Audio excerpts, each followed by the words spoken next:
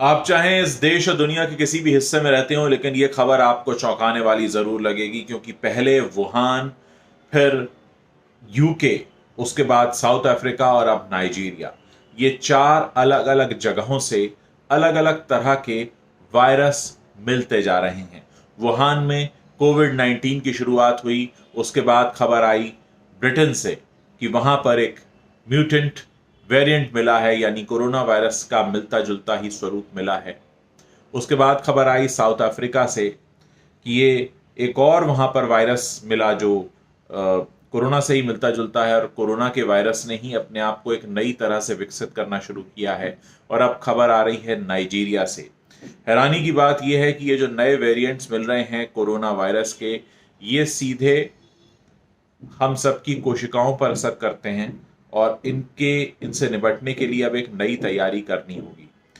अभी तक हम लोग चाइना को दोषी मानते थे कि वुहान में जिसकी शुरुआत हुई और उसके बाद ये पूरी दुनिया में फैला। अब दुनिया के अलग अलग देशों में इसके अलग अलग वेरिएंट्स विकसित हो रहे हैं, और ये बहुत अनप्रडिक्टेबल है कि कौन सा वेरिएंट किस तरह से हम पर असर दिखाएगा। एक बात जो कॉमनली देखी जा रही है वो ये कि ये जो नए वेरिएंट हैं वो सीधे कोशिकाओं पर असर करने वाले हैं। ऐसे में मास्क, सैनिटाइज़र और सोशल डिस्टेंसिंग,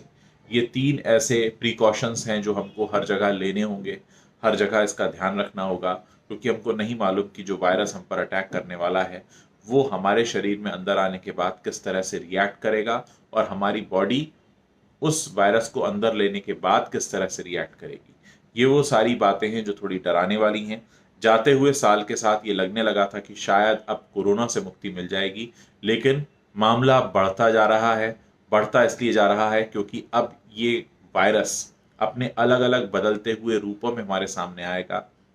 और हम ये भी नहीं जानते कि ये जो वैक्सीन डेवलप हुई है कोरोना के लिए, क्या ये वैक्सीन इसके वेरिएंट्स पर भी वैसा ही असर दिखाएगी, या हमें इसके लिए कोई अपडेटेड वर्जन लेना होगा। सुनने में ये भी आ रहा है कि जिस तरह से स्वाइन फ्लू की वैक्सीन हर साल अपडेट होकर आती है, उसी तरह से कोरोना के मामले में भी हो सकता है आने वाले कई सालों तक हमें अपडेटेड वर्जन्स की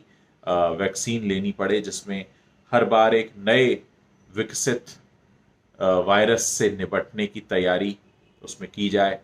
ये बहुत डराने वाली बात भी है, लेकिन डरने से ज़्यादा ज़रूरत है सचेत रहने की, ताकि ये बीमारी हमारे ऊपर असर ना दिखाए। अपनी इम्यूनिटी को स्ट्रांग रखना है, खाने पीने का ध्यान रखना है, फिजिकल एक्सरसाइज का ध्यान रखना है, खुद को इतना मजबूत बनाना है कि बाहरी वायरस हम पर असर ना दिखा सके, साफ सफाई का ध्यान रखना है, लेकिन हाँ, साथ ही इन सारी खबरों पर अपडेटेड भी रहना है कि कहाँ क्या हो रहा है। तो वुहान, यूके, साउथ अफ्रीका और अब नाइजीरिया, ये चार देशों में अलग अलग तरह से विकसित हुआ है कोरोना का वायरस, और उम्मीद यही है कि आने वाले कुछ महीने ये जो हमारी